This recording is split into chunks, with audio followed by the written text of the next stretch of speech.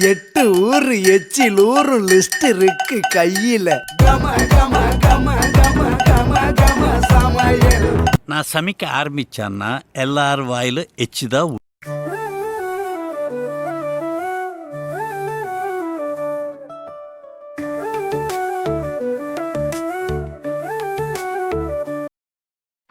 Hi, எப்படி இருக்கீங்க? எல்லோரும் நல்லா இருக்கீங்களா? இன்றைக்கி ஒன்றும் இல்லைங்க. இன்றைக்கி நல்ல சிம்பிளாக ஹோட்டல் ஸ்டைலில் எல்லா காயும் போட்டு வெஜிடபிள் பிரியாணி சூப்பர் டேஸ்ட்டாக பண்ணலாமா? குக்கர்லேயே பண்ணிடலாங்க ஈஸியாக. வாங்க. அதுக்கு நான் 1/4 கிலோ அளவுக்கு பிரியாணி ரைஸு 2-3 வாட்டி கழுவிட்டு இப்படியும் தண்ணியில் ஊற வச்சுருக்கேங்க. இந்த மாதிரி ஒரு டம்ளர், பெரிய டம்ளர், இந்த டம்ளருக்கு ஒரு டம்ளர் தான் 1/4 கிலோ கரெக்டாக. இதை நான் 3 வாட்டி கழுவிட்டு இந்த டம்ளருக்கு கரெக்டாக 1.25 அளவு தண்ணி அளந்து ரெடி பண்ணி வச்சுருக்கேங்க. ஒரு கிண்ணம் நிறைய வெஜிடபிள்லாம் எடுத்திருக்கேன். நான் உருளைக்கிழங்கு எடுத்திருக்கேன், கேரட் எடுத்திருக்கேன், பீன்ஸ் எடுத்திருக்கேன், குடமிளகா, பச்சை பட்டாணி ஃப்ரெஷ்ஷானது, இதெல்லாம் ஒரு கிண்ணம் நிறைய எடுத்திருக்கிறேன். ஒரு 2 துண்டு சின்ன சைஸ் அளவுக்கு பட்டை, ஒரு சின்ன ஏலக்காயில் ஒரு 3 ஏலக்காய், 3 லவங்கம், ஒரு பிரிஞ்சி இலை, ஒரு பெரிய சைஸ் அளவுக்கு வெங்காயத்தை நல்லா ஸ்லைஸாக தகடு அளவுக்கு பிரியாணிக்கு எப்படி வெட்டணும்னு உங்களுக்கே தெரியும், அந்த மாதிரி வெட்டி வச்சிங்க. அதே மாதிரி குட்டி தக்காளியில் 2 தக்காளி வெட்டி வச்சுருக்கேன்.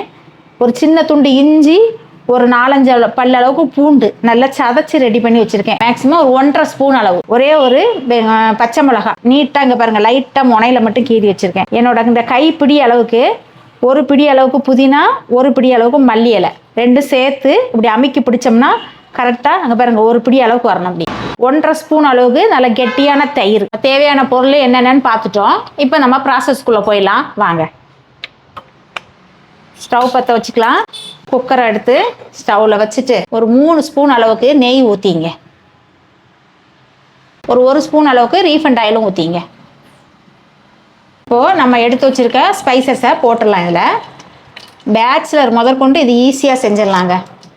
நல்ல ஆயிலில் பொரியட்டுது. இப்போது நம்ம நறுக்கி வச்சுருக்க வெங்காயத்தை இதில் போட்டுடலாம். இப்போ ஆயில் நல்லா பொரிஞ்சு பொன்னிறமாக வர, நல்லா பிரியாணிக்கெல்லாம் எப்படி வதக்கும் அந்த மாதிரி நல்லா வதக்கணுங்க. வெங்காயம் வதக்கிறதுக்கு கொஞ்சமாக உப்பு சேர்த்துக்கலாம். நான் இந்து உப்பு தான் போட்டுக்கிறேன். பாருங்கள், நல்ல வெங்காயம் வதங்கியாச்சு. இந்த ஸ்டேஜில் தான் இருக்கணும், அப்போ தான் நல்ல பிரியாணி வாசனையாக இருக்கும். இப்போது நம்ம எடுத்து வச்சுருக்க இந்த மல்லி புதினாவே இதில் போட்டுக்கலாம். ஒரு பச்சை மிளகாய் இதில் போட்டுடலாம். சதைச்சி வச்சுருக்க 1.5 ஸ்பூன் அளவுக்கு இஞ்சி பூண்டு அதையும் இதில் போட்டுடலாம். இப்போ ஆயிலே மறுபடியும் இதெல்லாம் கொஞ்சம் ஒரு 2 நிமிஷத்துக்கு வதக்கிக்கலாம். இப்போ ஸ்டவ் நான் நல்லா ஹையில் தான் வச்சுருக்கேன். இப்போ அப்படியே ஸ்டவ்வை ஸ்லிம் பண்ணிவிட்டு நம்ம சில்லி பவுடர் சேர்த்துக்கலாம். 1/4 ஸ்பூன் அளவுக்கு சில்லி பவுடர் சேர்த்துக்கிறேன். ஒரு 1/4 ஸ்பூனுக்கும் குறைவாக மஞ்சத்தூள் சேர்த்துக்கிறேன். 1 ஸ்பூன் அளவுக்கு தனியாத்தூள், 1/2 ஸ்பூன் அளவுக்கு கரம் மசாலா. இப்போ நம்ம ஸ்டவ் ஸ்லிம்மில் தான் வச்சுருக்கோம். இந்த மிளகாத்தூள்லாம் இந்த ஸ்லிம்மில் இருந்தே வதங்கிட்டு இந்த ஆயிலில் கொஞ்சம் கலர், அப்போ தான் நல்லா கலராக இருக்கும், ஃப்ரை ஆகட்டும். மறுபடியும் ஸ்டவ்வை நல்லா ஹையில் வச்சுட்டு தக்காளி இருக்குது பாருங்கள், அதை போட்டுக்கலாம். இப்போது நம்ம எடுத்து வச்சுருக்க தயிரை போட்டுக்கலாம். இப்போ நம்ம எடுத்து வச்சுருக்கோம்ல ஒரு கிண்ண அளவுக்கு வெஜிடபிள் எல்லாத்தையும் இதில் போட்டுக்கலாம். இப்போ இந்த மிளகாய் தூளோட இந்த வெஜிடபிள்லாம் நல்லா ஃப்ரை ஆகுற அளவுக்கு நல்ல தொக்கு மாதிரி வரணும், கிண்டிக்கலாம். நம்ம ஊற வச்சுருக்கோம் ரைஸு, அதில் உள்ள தண்ணி எல்லாத்தையும் இதில் நல்ல ஒரு ஜல்லடையில் வடிகட்டி ரைஸை மட்டும் எடுத்துக்கலாம். ரைஸ் கரெக்டாக ஒரு 15 நிமிஷம் ஊறணும். தண்ணி ஒரு சொட்டு தண்ணி இல்லாத அளவுக்கு வடிச்சு இப்போ இந்த ரைஸை இதில் போட்டுடலாம். நான் ஏன் முதல்ல ரைஸை இந்த மசாலாவோட சேர்க்குறேன்னா அப்போ தான் ரைஸ் நல்லா அழகாக நீட்டாக உதிரியாக கிடைக்கும் உங்களுக்கு சாதம். பாருங்கள், இப்போ சுத்தம் தண்ணியே இல்லை. இந்த ரைஸு இந்த காயெல்லாம் சேர்ந்து நல்ல அதில் இருக்க தண்ணி நல்லா அந்த ரைஸு அப்சர்வ் பண்ணிடுச்சு. இப்போது நம்ம அளந்து வச்சுருக்கிறோம்ல ரைஸோட ஊற வச்சுருக்கோம்ல 1.25 டம்ளர் தண்ணி கரெக்டாக அதை இதில் ஊற்றிடலாம். வெங்காயம் வதங்குற அளவுக்கு தான் உப்பு போட்டேன். இப்போ இன்னும் கொஞ்சம் உப்பு சேர்த்துக்கலாம். எப்போவுமே இந்த பிரியாணிலாம் பண்ணும்போது நம்ம கலந்துட்டு டேஸ்ட் பார்க்கும்போது உப்பு கொஞ்சம் தூக்கலாக இருக்கிற மாதிரி இருக்கணும். அப்போ தான் நம்ம இறக்கும்போது விசில் விட்டு இறக்கும்போது அந்த ரைஸோட உப்பு கரெக்டாக லெவலாக இருக்கும். இப்போ பாருங்கள் நல்லா கொதிக்க ஆரம்பிச்சிருச்சு. எனக்கு உப்பு உரப்பு புளிப்பு எல்லாம் கரெக்டாக இருக்குது. நான் வந்து அதனால லெமன் போடலை. உங்களுக்கு வேணும் புளிப்பு பத்தலைன்னா இந்த சமயத்தில் ஒரு 2 சொட்டு லெமன் ஊற்றிட்டு குக்கரை மூடிடுங்க. இப்போ மேலே விசில் வந்தோடனே அந்த ஆவி வந்தோடனே விசில் போட்டுடலாம். மேலே ஆவி வந்துருச்சு. இப்போ விசிலை போட்டுடலாம். அப்படியே ஸ்டவ்வை வந்து மீடியத்துக்கும் குறைவாக வச்சுருங்க. ஒரே விசில் எடுக்கணும்.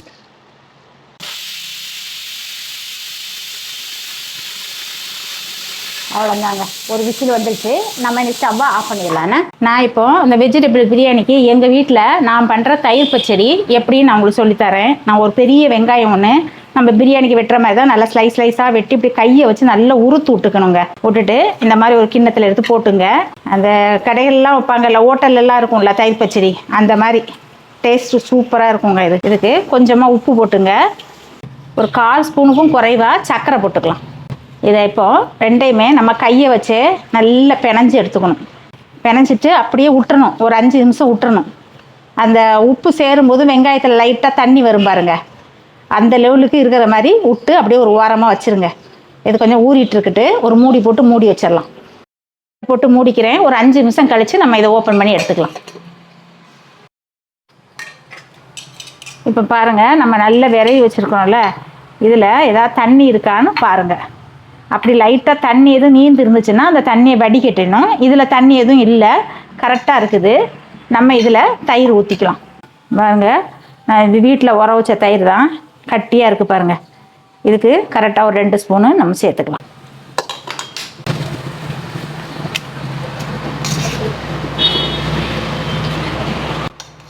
அவ்வளோதாங்க, ஈஸியாக நம்ம கடையில் ஹோட்டலெல்லாம் வைக்கிற மாதிரி உள்ள தயிர் பச்சடி நம்ம இந்த வெஜிடபிள் பிரியாணிக்கு ரெடி பண்ணிட்டோம். நல்லா டேஸ்ட்டாக இருக்குங்க. இதில் நீங்கள் வேறு எதுவுமே போட வேண்டாம். பச்சை மிளகாவோ மல்லியோ எதுவுமே போடக்கூடாது. இப்படி ப்ளெயினாக இருக்கணுங்க, அதுதான் நல்லாயிருக்கும். இதை தொட்டுக்க வச்சுட்டு நான்வெஜ்ஜு சாப்பிட்றவங்களா இருந்தால் ஒரு முட்டையை வேக வச்சோ இல்லை ரோஸ்ட் பண்ணியோ இந்த புலாவும் பண்ணி வச்சு சாப்பிட்டோன்னா, வெஜிடபிள் பிரியாணியும் வச்சு சாப்பிட்டோன்னு வச்சுக்கோங்களேன், சூப்பர் டேஸ்ட்டாக இருக்கும். மூடி வச்சிடலாங்க. இப்போ பிரியாணியோட விசில் அடங்கிடுச்சு. ஓப்பன் பண்ணி பார்ப்போம். அப்பா, கபா கபான்னு வாசனை அடிக்குதுங்க. சூப்பராக டேஸ்ட்டாக இருக்கும் பாருங்கள். பாருங்கள், நம்ம எப்படி இருக்குன்னு பார்ப்போம்.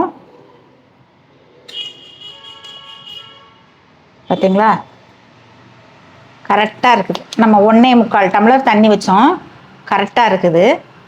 லைட்டாக அப்படி கிளறி விட்டுக்கலாம். காயெல்லாம் கூட பாருங்கள் முழுசாக அப்படியே இருக்குது. இப்போது எங்கள் வீட்டுக்கு நான் இதுக்கு தொட்டுக்க வந்து பன்னீர் 65 பண்ணியிருக்கேன். அதையும் இதோட நான் சேவ் பண்ணிக்கிறேன்.